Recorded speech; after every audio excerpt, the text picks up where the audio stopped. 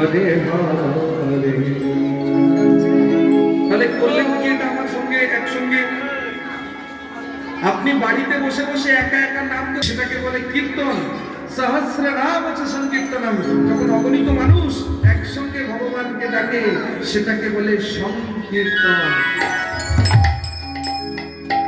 ভাগ্য করলেও এতজনে একসঙ্গে বসে কৃষ্ণ নাম করতে পারতেন যদি বাবারা নাই হরিবাসর কমিটি তৈরি করত,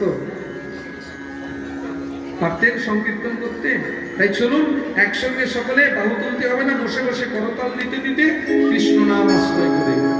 হরে কৃষ্ণ কৃষ্ণ কৃষ্ণ হরে হরে, হরে রাম রাম রাম হরে হরে, হরে কৃষ্ণ কৃষ্ণ কৃষ্ণ হরে হরে, ও হরে রাম রাম রাম হরে হরে, হরে কৃষ্ণ